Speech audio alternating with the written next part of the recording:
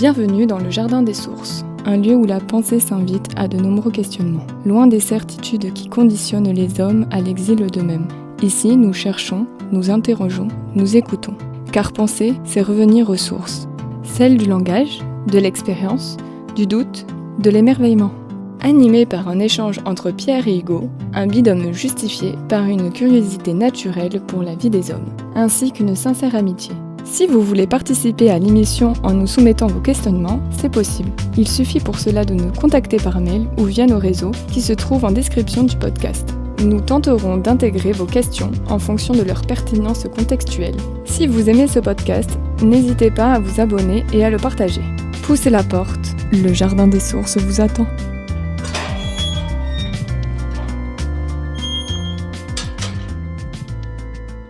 Bonjour à tous, j'espère que vous allez bien. On se retrouve aujourd'hui pour le 25e épisode du Jardin des Sources, avec Pierre, et seulement Pierre aujourd'hui. Comment ça va, Pierre ? Ça va très bien, malgré un temps ignoble. C'est vrai, c'est vrai. On a eu pas mal d'épisodes finalement en partenariat avec des auditeurs, des amis avant tout.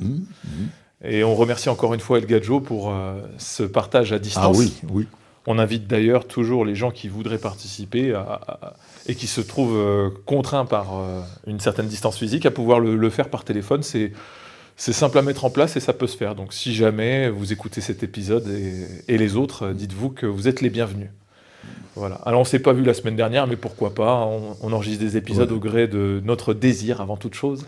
Oui. Et aussi de notre disponibilité. Ces derniers temps, j'ai beaucoup de boulot. Les vacances arrivent dans 2 semaines. Et ça marquera aussi la fin de la première saison. Et oui. Le temps passe. Oui. Alors on n'a pas commencé en janvier, mais on atteindra approximativement la 30aine d'épisodes, ce qui est déjà pas mal. Oui. Qu'est-ce que tu aurais imaginé faire ça, Pierre, finalement ?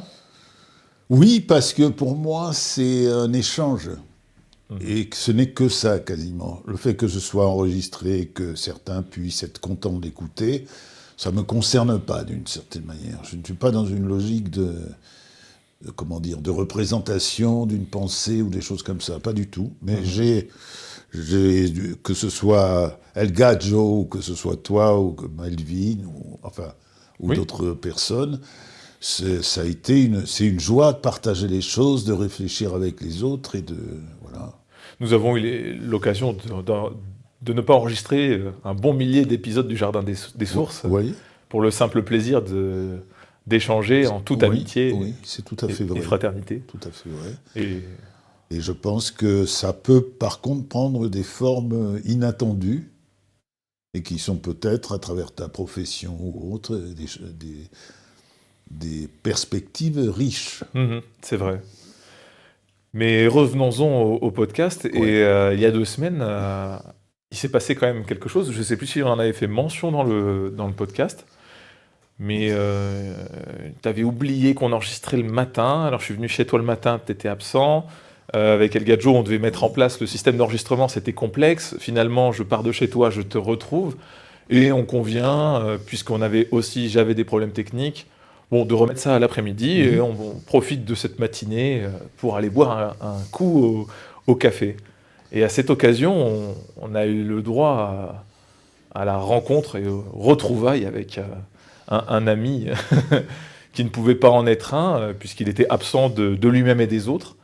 Et ça m'a en tout cas particulièrement remémoré le sujet qu'on avait pu traiter lors des premiers épisodes concernant la fuite de soi par, en tout cas, le prisme cérébral. Et toi, tu soulèves une forme de dichotomie de la disparition de soi dans le cérébral et le génital. Et en plus de ça, aujourd'hui, il y a eu une autre altercation qui trouve sa source un petit peu dans un concept, dirons-nous, génital.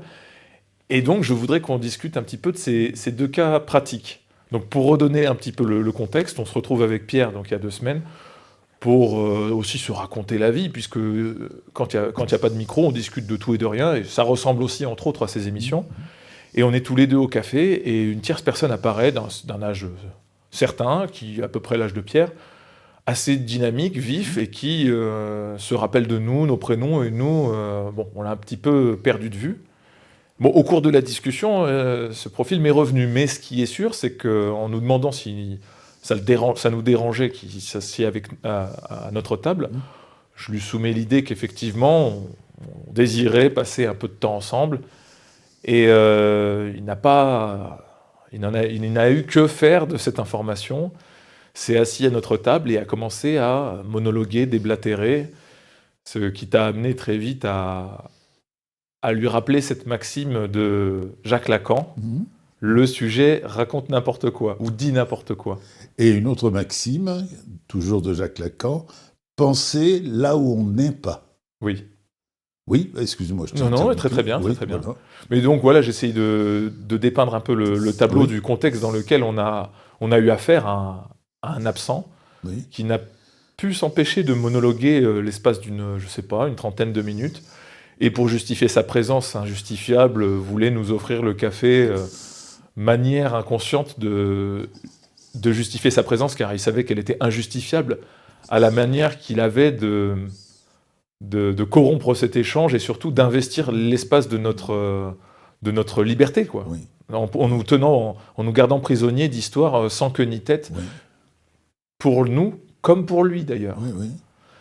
Et donc, comment toi tu te remémores cet événement, Pierre ? Je dirais, repensant à ce que disait Françoise Dolto quand elle disait « tout est langage », que c'est le langage du vide et de l'absence, mais que le langage justifie le fait qu'il n'y ait pas de possibilité moins négligée que celle qui est choisie en option par cet homme. C'est ce qu'il veut dire. Il veut dire que être dans le non-être, la réduction de l'être au non-être, c'est une manière d'être. Et je pense que c'est un exemple qui est valable pour tout le monde, c'est-à-dire celui d'organiser et de structurer la dialectique de l'absence de manière à le présenter comme une présence qu'il est. C'est vrai qu'il est, mais qui demande à être interprété parce qu'elle ne dit pas tout, cette présence, sur le seul moyen ou le résidu d'être, ce qu'on n'est pas, ce qu'on peut être dans la puissance. C'est-à-dire, dans le fond, pour lui, la jouissance, c'est de savoir qu'il dit n'importe quoi, mais de subjuguer l'auditoire de ce qu'il dit. Alors ça a été difficile pour nous d'être subjugués, il faut l'admettre, mais lui, il pense qu'il est comme les autres, et qu'en étant comme les autres, il se réhabilite dans l'idée de l'absence au monde et aux choses. Et dans le fond, encore une fois, l'importance et la présence de la chose, c'est-à-dire se réduire à la chose, est fondamental pour être dans un ordre de valeurs dans lequel on s'implique. Et ce qui est, je pense, émouvant, c'est comment on peut travailler d'une manière extrêmement élaborée et entêtée à avorter de soi-même. L'absence, c'est ça. Je suis là physiquement, mais ce n'est pas moi, puisque j'ai déserté le corps.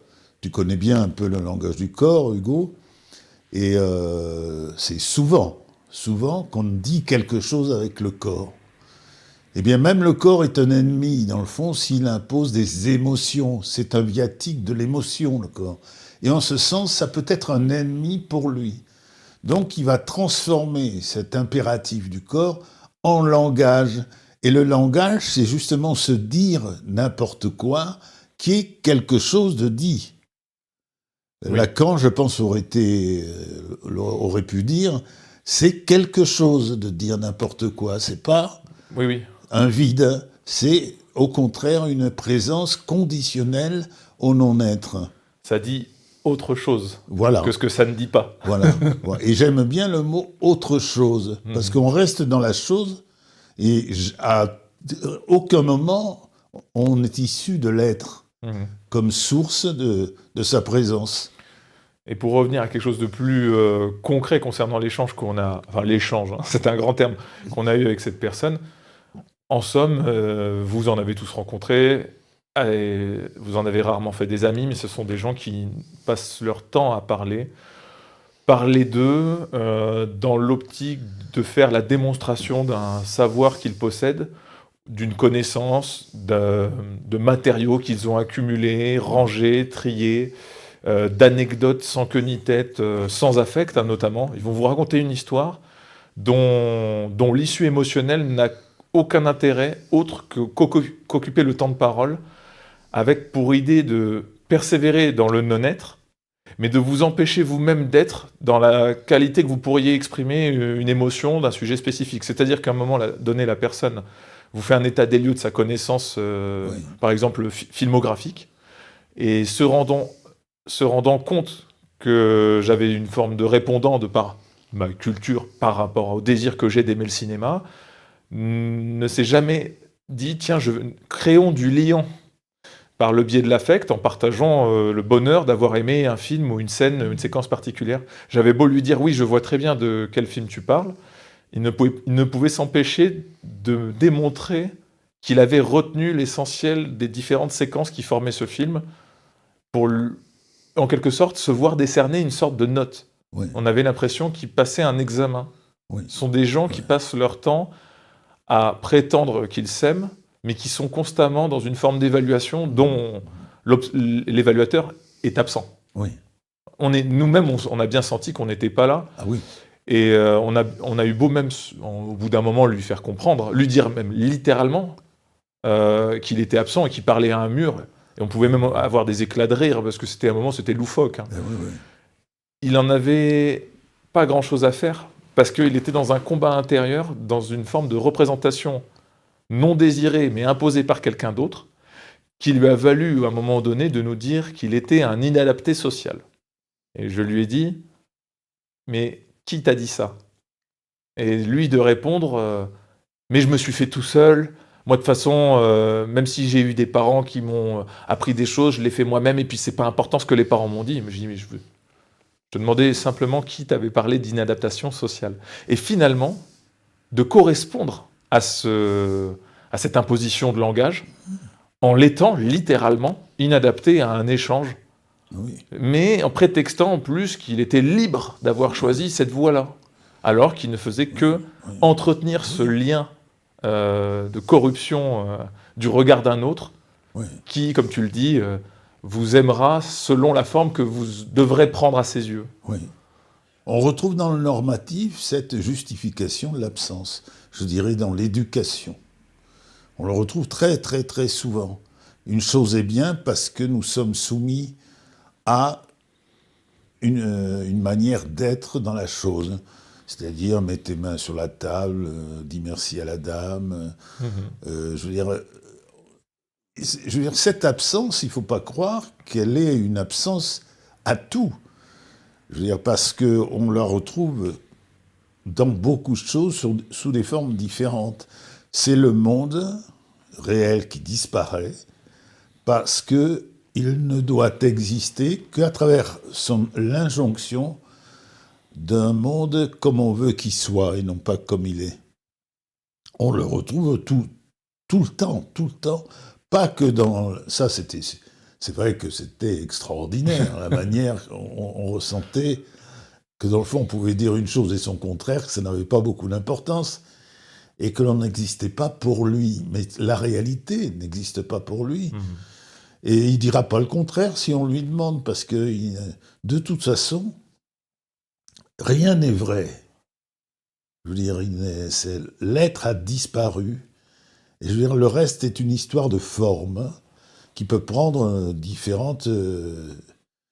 D'ailleurs, quand tu dis très justement que une des pathologies qui me semble de l'absence de soi est le cérébral, il était un peu dans cette composition d'une structure d'idées qui n'a pas de racine, qui est déracinée, et qui se justifie uniquement par elle-même, c'est-à-dire, il est là. Il est là de cette manière-là, et il jouit complètement, dans le fond, de cette absence où tout le monde a disparu pour lui. Oui. Et la violence du monde, Alors moi, je pense pas que tout le monde ait disparu pour lui. Je crois qu'il y a 2 personnes qui n'ont pas du tout disparu. Mais en définitive, il accomplit le désir qui n'est pas le sien d'avorter de sa propre vie. Et ça devient un langage, ce que j'appelle de l'avortement de soi et du vide, qui est hallucinant d'une certaine manière. Il a une manière de dire « avec moi le déluge », puisque je suis irréconciliable avec l'idée de me regarder moi-même. Je dois vivre avec le poids du regard des autres, Oui. et je n'aurai pas accès à la liberté d'interpréter le monde selon mes désirs. Oui, oui. Du coup, votre interprétation n'existe pas non plus, puisque la mienne est impossible. Voilà. Et on va se retrouver dans un soliloque sans fin qui nous a menés, je veux dire, au bout d'un moment, le mec, littéralement, il nous explique qu'il a une ex-femme. Oui. Et quand il nous dit qu'elle a vécu 25 ans avec, je dis, mais elle était sourde et muette. Je dis, c'est pas possible. Oui, j'ai bien ri, d'ailleurs. Et le mec, je lui dis, on est face à face à moins de 50 cm. Je lui dis, mais nous, ça fait 25 minutes, c'est impossible. Et toute personne normalement structurée, à l'écoute, j'entends, se dit, je crois que là, je me suis malgré moi invité à un dîner de cons, je devrais quitter la pièce. Mais le problème, c'est qu'il peut pas quitter la pièce parce que c'est pas dans cette pièce qu'il est. Non. Il est pas dans ce bar, il est pas avec juste. nous. Non. Et il est irréconciliable avec l'idée de quitter le dîner de cons auquel d'autres personnes l'ont invité. Ouais. Et je pense tu as raison, il n'est pas là, et il est déjà absent. Il n'a même pas à partir, parce que c'est inconcevable, il n'est même pas rentré. Mais, dans le fond, quel profit il peut en tirer ? C'est-à-dire, il prend la blessure du vivant, on y reviendra peut-être dans les sources, et il ne s'intéresse qu'au monde ou au réel, qui n'est pas le réel, mais qui est le réel qu'il veut qu'il soit. C'est-à-dire le monde comme il veut qu'il soit, et non pas comme il est. Il y a cette blessure qui a fait dysfonctionner notre rapport au réel. Mais c'est le domaine des idées, c'est ça, et langagière. C'est vrai que c'est une vision langagière, mais qui est structurée, extrêmement bien structurée. Il ne faut pas croire que c'est un...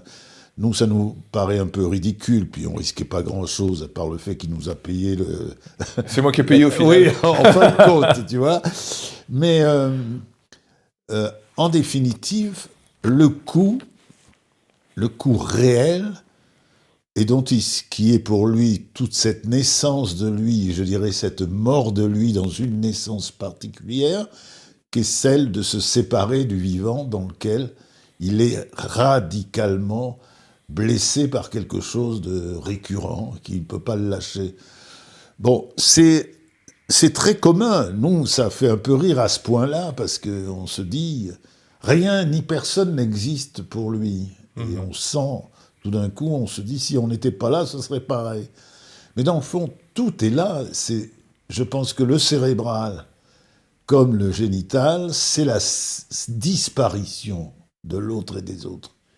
Et on a parlé il n'y a pas longtemps, je pense que la douleur, c'est la présence du réel en soi, parce que nous l'avons éprouvé émotionnellement dès notre venue au monde. C'est quelque chose qui est enraciné dans une douleur originelle et fondamentale que j'appelle le chagrin. On en parlait ce matin, oui. Mais le chagrin, c'est tout ce qui est à refouler, tant il est impossible de modifier les conditions relationnelles qui sont la source de ce chagrin-là. Et la construction, que je trouve intéressante par rapport à ton travail et peut-être par rapport à une observation précise, dans le fond, qu'est-ce qui nous permettrait de refouler un chagrin tenace qui fait partie de notre naissance et notre identité? Qu'est-ce qui permettrait de le refouler sans se séparer de celui qui est la cause de ce chagrin? S'il n'était pas extrêmement présent, il n'y aurait pas de chagrin. C'est qu'il reste toujours extraordinairement présent, d'où la source du chagrin. Eh bien, ça va être le transfert, c'est-à-dire la colère et la violence vers ce qui est la source de notre souffrance, va être transféré sur les autres immédiatement. Ça peut être des pensées, des théories politiques, des ceci, de l'ambition, de la volonté de puissance, de la violence gratuite, communautariste, etc. Tout ça, c'est une maladie d'un chagrin que l'on ne peut pas éviter sans le transférer, en transférer notre colère. Et comment faire pour sécher nos larmes alors ? C'est curieux, c'est un très beau psaume, hein, sécher ses larmes, comment faire Eh bien, je ne sais pas. Fin du podcast. Je ne sais pas. Je pense que quand même, la violence, c'est la perdurance de son aliénation par le chagrin à cette personne-là. Et en tous les cas, elle est porteuse de l'avortement de soi qui, en diminuant l'être dans ce qu'il a d'extraordinairement merveilleux, grandit quelqu'un d'autre que nous, qui trouve un intérêt à se grandir en nous diminuant dans l'être. Et je pense que c'est surtout ça, l'intérêt que nous avons, en participant, dans le fond, à cette puissance destructrice de soi-même, en obéissant au corrupteur, pour se libérer justement du danger qu'il y a à être soi, dans cette fragilité-là, et je dirais cette tendresse, cette douceur, heureux les doux, et je dirais aussi le chagrin, tu parlais des larmes, et on en a parlé souvent, de l'enfant en nous qui pleure, c'est une image qui est tellement juste, mais tellement encombrante en même temps, parce qu'il donne évidemment à notre réalité une source qui en détermine le choix, mais en même temps, imposer une certaine fragilité. La fragilité, c'est l'ennemi. C'est-à-dire qu'il faut la cacher. Il faut paraître... Bon, dans le quotidien, parlons du quotidien, tu me diras ce que tu en penses. Oui. Mais dans le fond, séduire une femme, qu'est-ce que c'est ? C'est pas être comme on est. Ben, y en a qui diront, mais si, elles aiment votre fragilité. J'y crois pas énormément, parce qu'elles ont le même problème de l'impossibilité pour elles dans leur fragilité. Dans l'objet de séduction, elles y trouvent une force. Elles ont beau dire, mais il s'agit bien d'un objet. La jalousie va organiser la dimension langagière de sortir de soi en observant l'autre et dire que c'est lui qui ne va pas dans son comportement. C'est une protection de la fragilité parce qu'elles savent que c'est un personnage, que ce n'est pas une réalité, cet objet de séduction. Mais elles se disent, l'homme, il ne regarde que ça et il ne s'intéresse qu'à ça. Donc, il s'intéresse à tous les objets environnants. Ouais. Et pas seulement à elle. Bon. Donc, ça va générer un comportement un peu, comment dire, un peu agressif, je dirais, dans la certitude qu'il y a un éloignement, et puis il va y avoir toute une, comment dire, une procession des langagières, justement, sur pourquoi tu fais ça, pourquoi je suis ça. Enfin, ça, on pose des questions qui n'ont aucun intérêt. Ma question serait de dire aux femmes, comme les hommes, d'une manière un peu différente, pourquoi est-ce qu'elles ont une difficulté avec leur fragilité, je veux dire, avec ce qui est en dehors de cette force qu'elles ont, d'asservir l'homme dans le désir qu'elles sont, l'objet de désir. Et elles ne peuvent pas en sortir, d'ailleurs, elles se maquillent constamment. Donc, je dirais, elles se cachent. Et c'est une condition de leur puissance à elles. Et nous ne demandons pas mieux, d'ailleurs, mais elles vont penser que tout est maquillé, et que dans la réalité, on peut être séduit par un autre maquillage ailleurs. Quelle est la force et la solidité ? Peut-être il y a une vérité, en tous les cas de soi, dans cette fragilité qui peut nous attirer, puisque je pense que la vertu de la vérité de soi, c'est dans le fond de nous réconcilier avec nous-mêmes. Et il n'y a pas à dire, mais ce monde dans lequel, dévastateur pour soi et pour les autres, fait de violence, qui n'est qu'un échappatoire pour l'être en soi, et cette fragilité dont nous parlons, il n'est quand même pas très heureux. Et je pense que cette réconciliation avec soi va peut-être réveiller chez l'autre autre chose qu'un maquillage, qu'une façon de disparaître dans le mensonge, je dirais.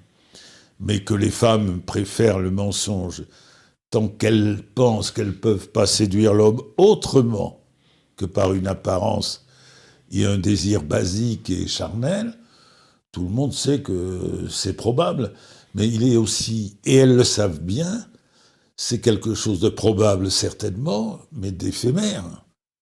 Parce que ce qui peut nous relier dans l'amitié, dans l'amour, enfin dans les choses vraies, c'est certainement une forme de vérité de soi dans la nudité et la fragilité que l'on donne à l'autre. Tu en parlais ce matin, Hugo, de la création de Goldman, etc., la musique, etc. Tu me dis, et je trouvais que c'est vrai. Mozart aussi, nous en parlions. Tout ce qu'ils donnent à leur façon, parce que Goldman, Mozart, c'est des façons très différentes, tout ce qu'ils donnent d'eux, de leur vérité d'eux-mêmes, est flagrant. Il n'y a pas, c'est pas une mode, si c'est des modes d'expression bien sûr, mais c'est très généreux, c'est très généreux. Et bien dans le rapport des hommes, des femmes et des autres, on a rencontré cet homme dont nous parlions, mais qu'est-ce qu'il donne de lui ? Il ne peut pas donner quelque chose puisqu'il a disparu totalement et que c'est un soulagement pour lui. Mais on ne pourrait pas parler de bonheur. C'est peut-être un soulagement, mais on ne dira pas que c'est un homme heureux. Il était extrêmement seul dans cette violence faite au réel. Cette violence faite au réel, c'est-à-dire à l'autre, que ce soit les idées, que ce soit le génital ou tout ce qu'on veut, c'est aussi une violence d'abord contre soi. Et je pense que le centre de tout, et je vais m'arrêter là, te laisser parler un peu, c'est le désir. Le désir, c'est la réconciliation de soi. C'est pour ça que j'ai été très passionné par l'idée de puissance de Spinoza et l'idée de désir, mais qu'il puisse penser que dans le fond, ce qui est réparateur pour l'homme, c'est d'avoir une puissance réparatrice vis-à-vis de... je pense que non, de mon point de vue, j'aimerais bien en parler avec lui, mais ça va être difficile. C'est quand même la puissance et le corrupteur du désir, c'est-à-dire ce qu'il a vu très bien de l'être en soi, qui aspire à notre réalisation et surtout notre bonheur. Il l'a dit, il a raison là-dessus. Je pense le contraire, que c'est cette volonté de puissance, d'être le créateur de soi-même dans un monde irréel qui nous tue. Cette espèce de risque que l'on prend à être soi pour soi et pour les autres, quel qu'en soit le coût, qui va nous reconstruire.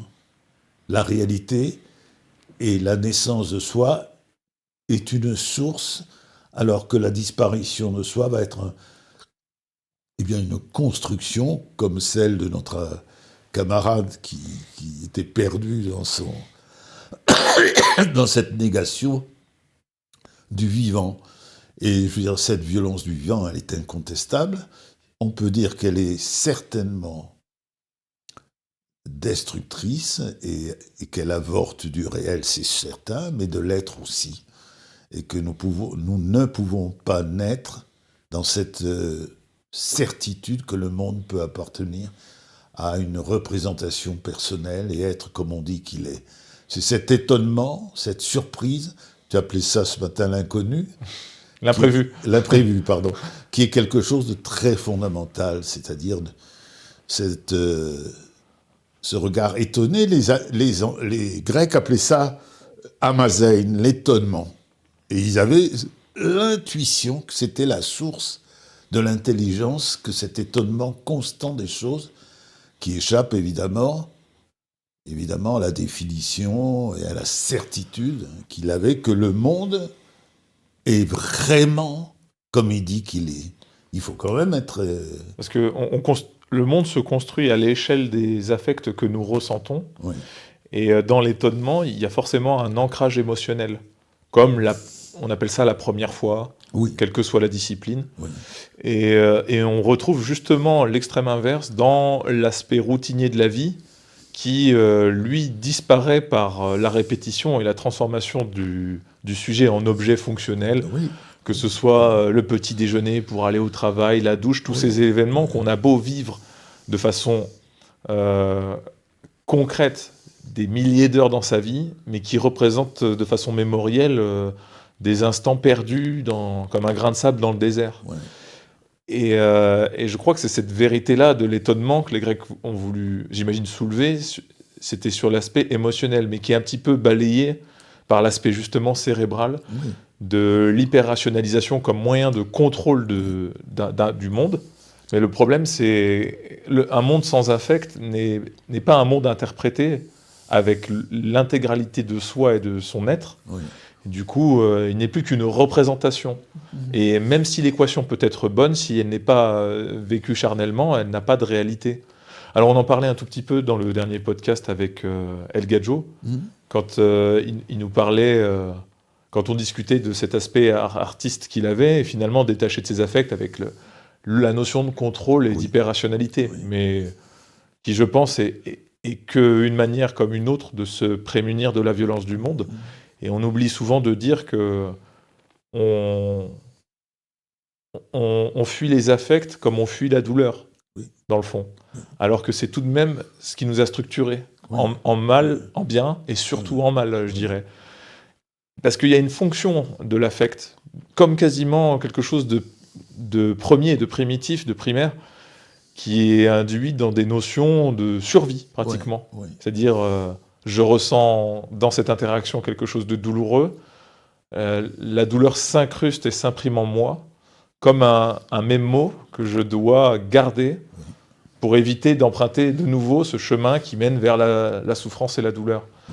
Et on réfute aux prétendus hommes qui pensent l'idée de ressentir, parce que ça pourrait pervertir leur manière objective, prétendument objective, de comprendre le monde. Or, la négation des affects, alors qu'on est forcément structuré avec, c'est la négation d'une part de soi, et la séparation de soi. J'imagine il y a plus d'objectivité dans l'idée de se présenter comme un être subjectif, soumis à ses affects, parce que ça permet à l'auditeur d'apporter un éclairage à la vision que quelqu'un a potentiellement du monde, en n'oubliant pas que cette vision du monde est aussi une projection de sa propre expérience de la vie. Et ça, je pense que c'est une plus grande vérité que cette pseudo-objectivité d'élite où l'intellect se sépare de l'affect. Voilà, c'est mon avis sur le... Oui, mais je trouve ça très interrogatif, ton développement et ta pensée là-dessus. Mais immédiatement, évidemment, elle m'a suggéré une question. Est-ce que toi, par exemple, tu vis facilement avec ta fragilité, qui constitue ton identité? Donc, la fragilité, j'attends la profondeur de toi et la tendresse de toi dans le tréfonds de toi-même, plus intime que moi, que l'intimité de moi, dirait Saint-Augustin. Qu'en est-il de toi? Oui. Alors c'est très compliqué pour moi, comme j'imagine que ça l'est pour tout un chacun. Vous n'avez pas le droit aux mimiques de Pierre, que je ne saurais expliquer, elles sont très ésotériques d'ailleurs. Ça lorgne entre la sieste et foutage de gueule. Non, l'amitié. Oui.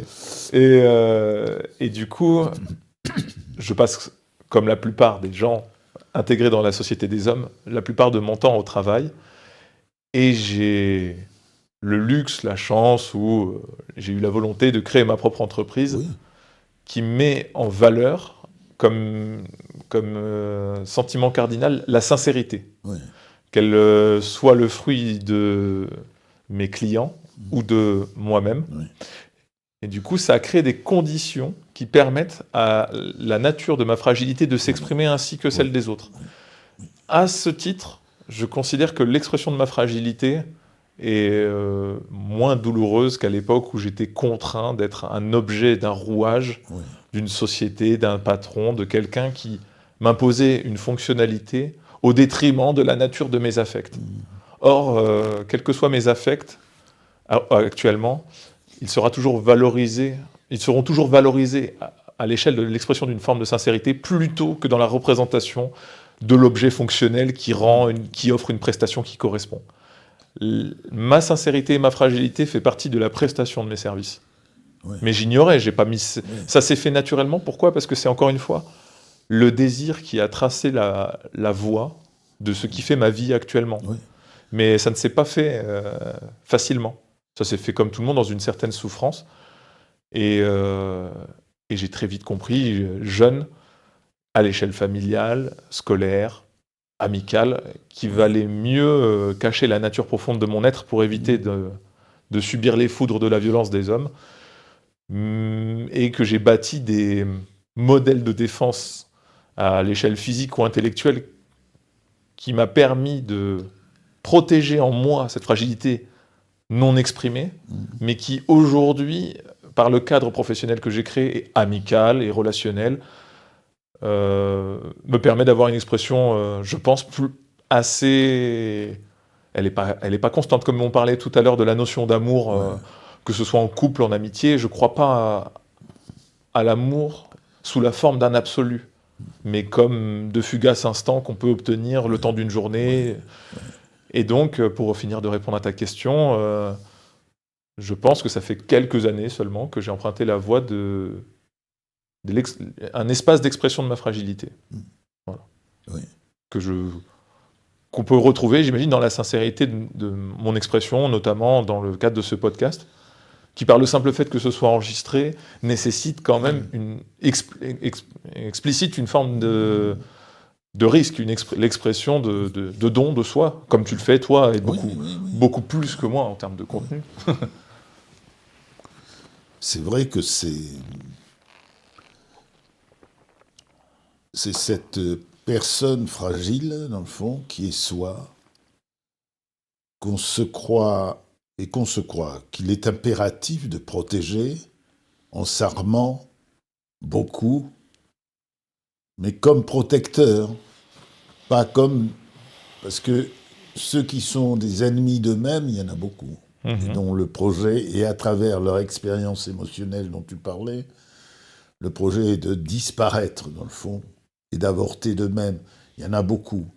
Mais ton projet, toi, ta justification de ta violence, dans le fond, ce sera de protéger cet homme intérieur, dans le fond, qui s'exprime quand tu as affaire avec des hommes blessés, souvent, et dans le fond, sans danger, ce qui n'est pas le cas du monde ou des autres. La violence, c'est partout. L'homme est un danger partout pour l'homme. Mais dans ton métier, tu as une relation avec des gens extrêmement blessés et démunis, parce que la vieillesse, l'handicap, enfin énormément de choses. Et tu peux être totalement toi-même parce que toi-même, tu as cette fragilité qui est ta richesse et cette générosité que tu peux, et tu es susceptible de la protéger d'un environnement violent. Je ne sais pas d'où tu as appris ça, mais tu l'as bien appris. Et dans le fond, tu as assuré ta survie d'une certaine manière. Et c'est pas sans intérêt, je trouve ça très intéressant, que la violence qui peut être la tienne à certains moments où tu es armé jusqu'aux dents, quand l'affectif est engagé peut-être, puisque c'est une fragilité, la relation affective est typiquement émotionnelle et inconnue et difficile à gérer.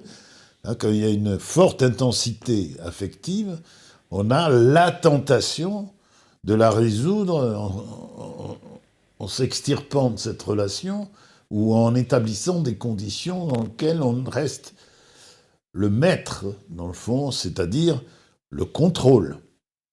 Et c'est justifié par le fait que le monde est effectivement violent et notre naissance est un objet d'enjeu de violence de la même manière, et qu'on ne peut pas dire que ce ne soit pas compréhensible, mais parce qu'il y a quelqu'un que tu protèges qui est toi, dans le fond. Et que c'est pas forcément mauvais d'apprendre à avoir ces défenses-là. C'est pas complètement bon non plus, parce qu'il y en a un qui peut parasiter l'autre à un moment donné, mais jamais d'une manière radicale ou profonde. Mais ça vient aussi de la direction probablement que tu as donnée à ta vie. Tu ne t'es pas coupé du réel et du vivant, mais tu as établi des conditions d'une relation pacifique et impliquée.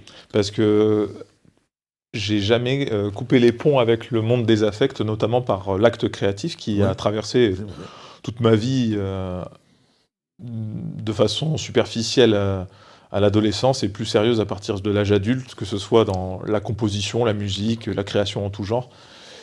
Mais en parallèle de ça, c'est vrai que j'ai quand même traversé la vingtaine bardé de certitudes et je me retrouve finalement dans le comportement de cet homme qui approche à l'aube de sa vie et je le regarde tout de même avec tendresse dans sa maladie, me remémorant comment j'avais pu être comme lui, ce prétendu érudit qui, plein de certitudes, prétendait avoir tout lu, tout vu, tout fait. Et finalement, je sais que la douleur, je conçois la douleur que ça a pu représenter pour lui d'oser être qui il était, et qu'il n'a pas trouvé les clés qui lui ont permis de faire appel à cet enfant intérieur qui n'attend que le moment où il se libérera du rationnel pour laisser place aux affects qui le déterminent justement dans sa réalité. Et la réalité d'une certaine mémoire, malheureusement, j'imagine que ces affects sont trop douloureux pour s'imaginer qu'il puisse être finalement heureux et que ses larmes puissent se sécher.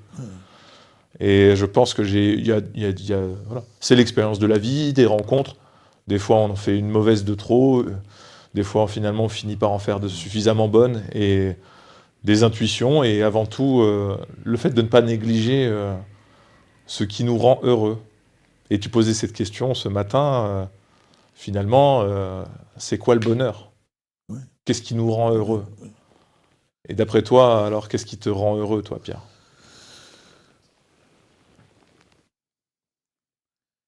Il y a un manque qui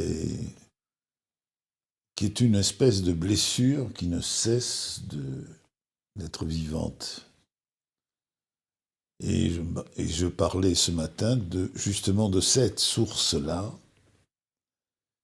qui était, j'ai employé ce mot-là parce qu'il me semblait me correspondre, le chagrin.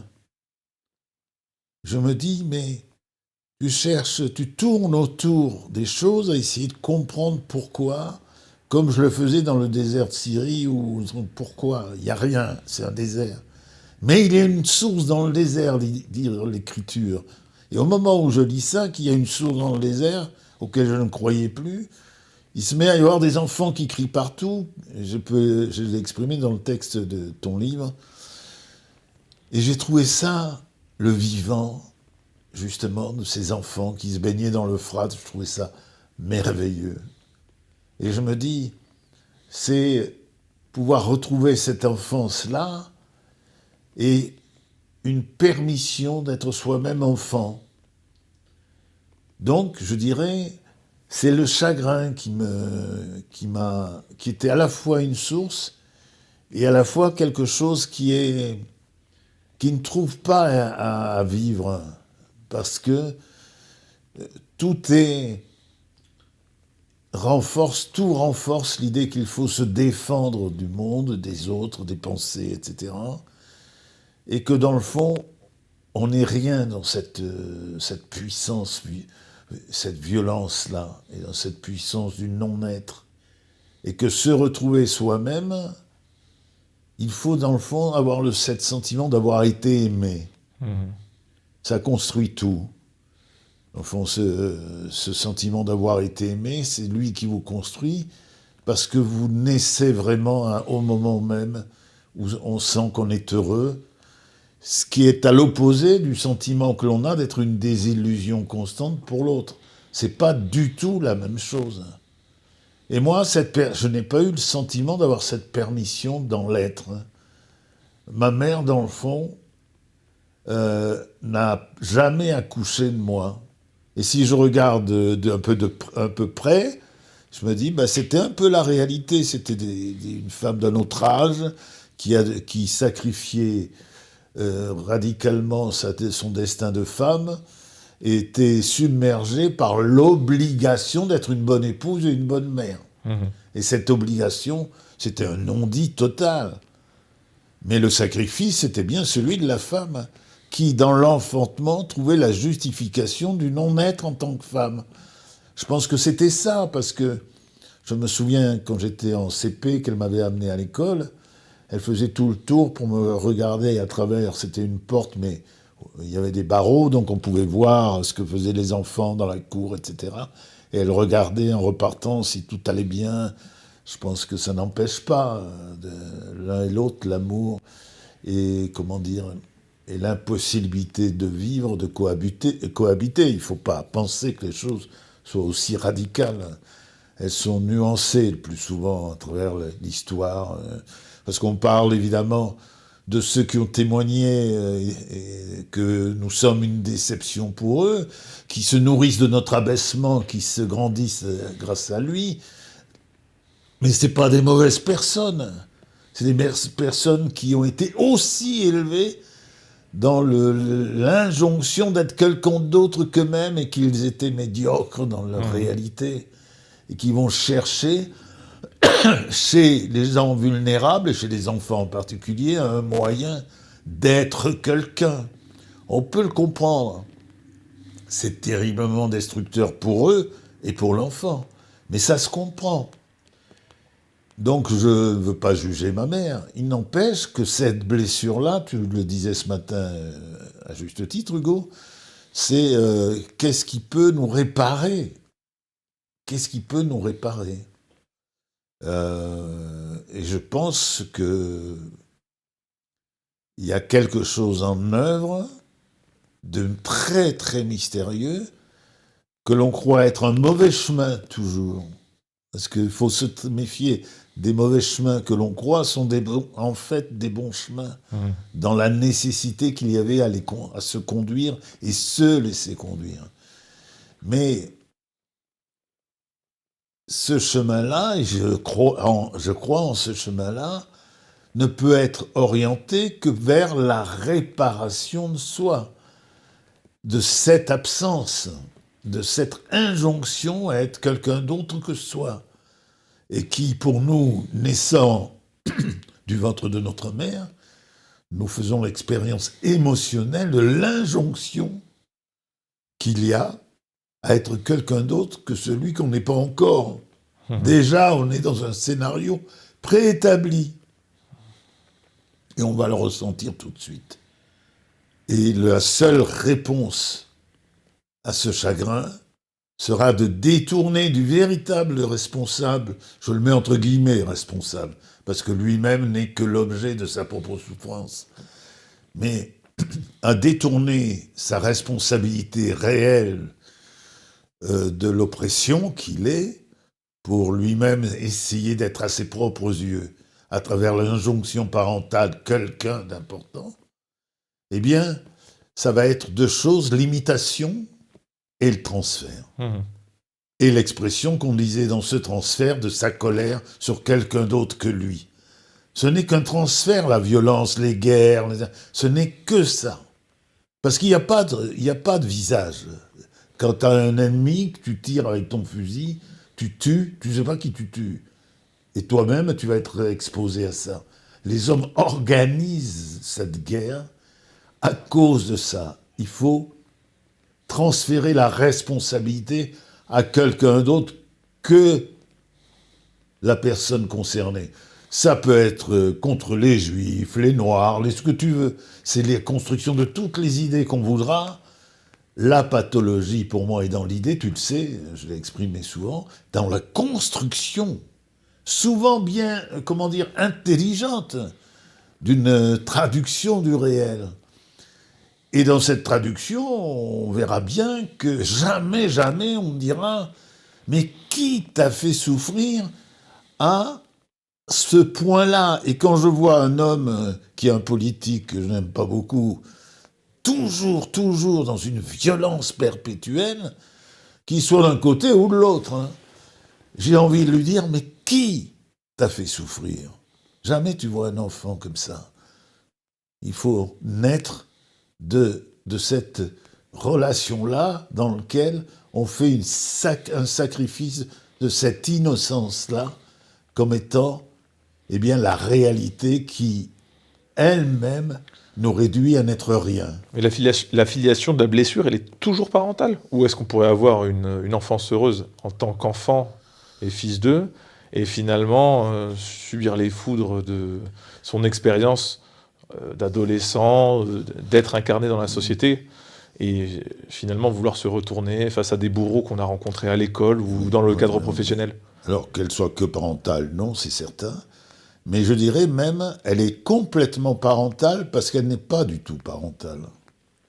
Le ressenti et de s'exposer à la violence du monde, Oui. c'est simplement d'être un enfant.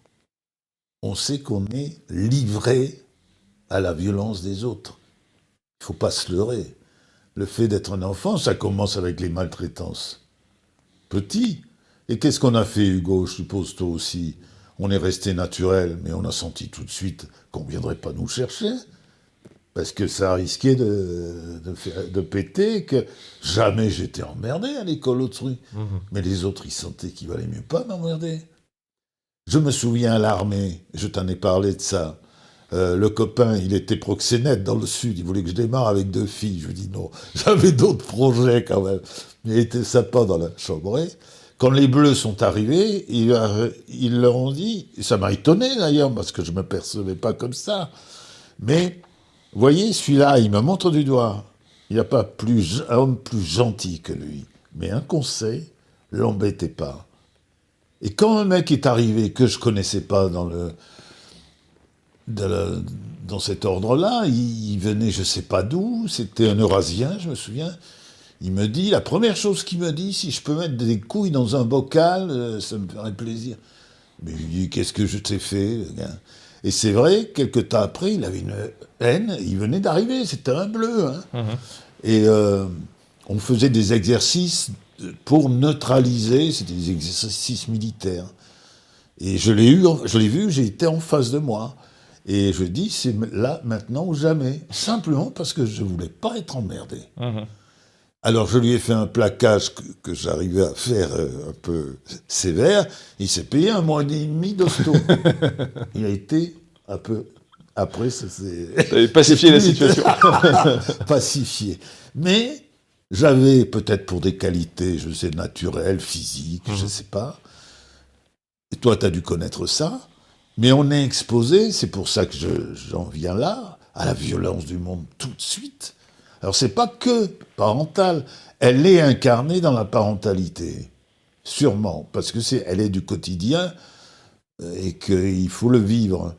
Mais si on fait partie de l'esprit du monde, c'est un esprit d'une extrême violence. Donc, je dirais, c'est une maladie. Une maladie, mais qui a une source compréhensible. Si on prend un innocent et qu'on l'expose à la violence du monde, il est normal qu'il se durcisse un peu. Mais en se durcissant, il disparaît, lui, dans son humanité, c'est-à-dire dans l'être. La vraie victoire, c'est justement cette dimension pacifiée qui fait que son regard sur l'autre est différent parce qu'on voit derrière les choses, c'est-à-dire la dureté, la violence. On se dit que c'est une blessure particulière et non pas le fait de quelqu'un qui est fondamentalement méchant, etc. Donc il faut... le conseil, je sais que tu ne donnes pas de conseil, mais de préférence pour soi, il vaudrait mieux avoir une force de façade en sachant qu'il ne faut pas y succomber, la prendre au premier degré, mais la voir comme un bouclier qui nous protège face à la violence des autres, oui, pour pouvoir se prémunir l'enfant intérieur de sa fragilité et sa douceur. Oui, elle est de façade, donc elle n'est pas accusatoire non plus, mais elle est protectrice, oui. Mais dire aussi la vérité de soi. C'est-à-dire, ce qui nous habite, c'est un chagrin. Et c'est pas une violence légitime, parce qu'on va avoir besoin de légitimer cette violence à travers les idéos, diraient les Grecs. Les éidos, c'est cette violence-là, je veux dire, elle ne trouve aucune légitimité que pathologique, et en parlant de ces blessures qui sont les nôtres. Donc déjà, si on réduit l'espace pathologique, si on le réduit au protecteur, on le réduit de beaucoup, on peut dire aussi, et aussi parler, du chagrin qui est le nôtre. C'est-à-dire qu'on n'est pas, même si on a l'air d'être un dur, on n'est pas si dur que ça, et que c'est une armure pour se protéger, certainement, mais que quelqu'un qui est important pour vous, bon, je sais pas, ça ne veut pas dire qu'on va arrêter de se protéger, voilà. Mais au moins quelqu'un qui est important pour vous, on va lui dire, voilà qui je suis. C'est ça, je trouve ça important. Ceci dit, je te pose la question. Qui es-tu ? Non, qui es-tu, c'est autre chose. Mais quel est le lieu qui favorise cette complaisance à l'égard du visage armé que nous pouvons avoir? Quel est l'espace et l'expérience qui nous fait revivre l'urgence de se protéger d'un danger potentiel? Alors, pour essayer de répondre, pour avoir une bonne note, monsieur le professeur, Oui, je vais y réfléchir. je dirais que c'est le cadre relationnel affectif. C'est-à-dire? Ma meuf. Oui. Alors moi qui est particulièrement raté, je peux être décontracté. Oui. Je ne l'ai pas compris. Mais le lieu de l'extrême danger, c'est celui-là. Ça intéresse d'ailleurs les femmes, cet extrême danger, et que nous soyons démunis par rapport à l'Ivoire, un intérêt. Mais ça réveille évidemment une espèce de... Je veux dire, ça réveille parce que on est presque contraint à être soi-même et à laisser penser une vérité de soi dans la fragilité de soi. Évidemment, dans l'intimité... On est rarement remercié par un comportement sans maquillage. Oui. Là où tu parlais du maquillage féminin, le maquillage masculin est l'incarnation de l'être séparé de ses affects. La force, le roc, l'insubmersible, l'homme dont les émotions n'ont que peu d'impact sur ses choix. Et elles ont beau dire que c'est pas ce qu'elles recherchent, c'est quand même ce qu'elles trouvent. Ce qu'elles trouvent et ce qu'elles recherchent pour justifier leur propre maquillage. On en parlait tout à l'heure. C'est un jeu de dupes. Hein. Complètement. Mais si tu leur poses la question, qui es-tu? Tu n'auras jamais la réponse. Ce sera des dialectiques comme celui dont tu parlais au début de l'entretien, qui visent à se cacher avec l'idée que comme femme et comme objet de séduction, on peut exister d'une manière tangible, mais comme un être qui est dans une fragilité, habité d'un chagrin aussi potentiel, tenace, c'est hors de question. Je veux dire, ce rôle, l'objet, c'est ce qui va justifier la relation et l'exposition de soi à une force et une expérience qui a été désastreuse de l'enfant, qui n'a dans le fond aucun sexe, l'enfant. Il n'a que son innocence qui est partagée par cet univers magnifique de l'enfance, et ce sera un univers blessé, un assorti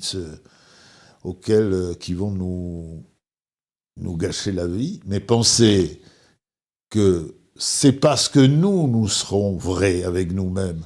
Alors je pense que c'est un gain pour nous. Mmh. Mais que la femme va être différente quand il y a cette...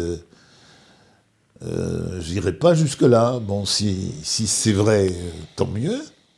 Mais je veux dire, une souffrance originelle est toujours cachée et transformée et maquillée. Toujours.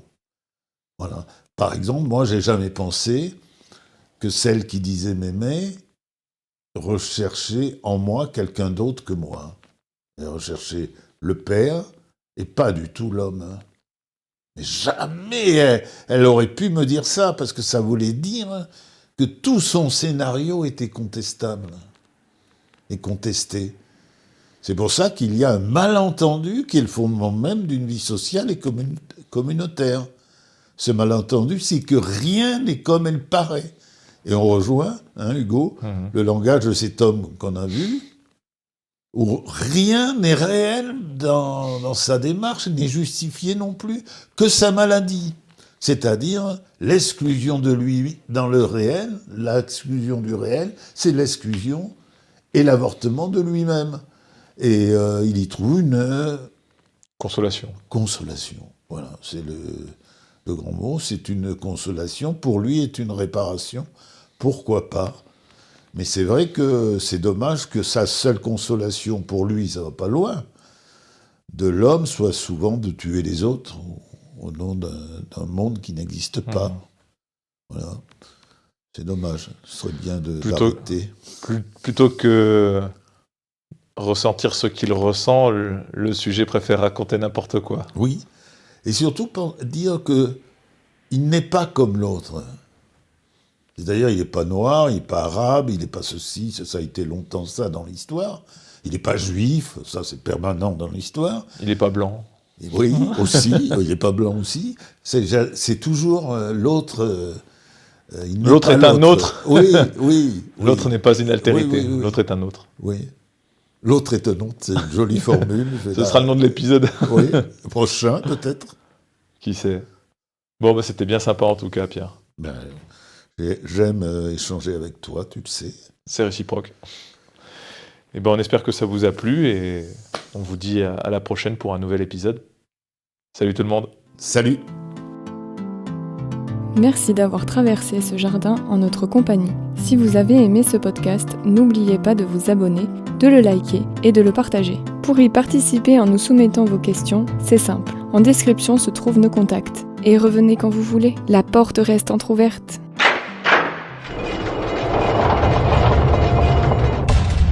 J'ai vu l'enfer, j'ai peur sans arrêt, je veux pas mourir. Une telle souffrance. Tout dépend de la façon dont tu regardes les choses. Alors ne t'en fais pas, hein. Si tu as peur de la mort, si tu te cramponnes trop, tu vois des démons qui t'arrachent à la vie. Mais si tu as fait la paix en toi, alors ces démons deviennent des anges qui t'affranchissent du poids de la terre. D'accord? Bon, relax.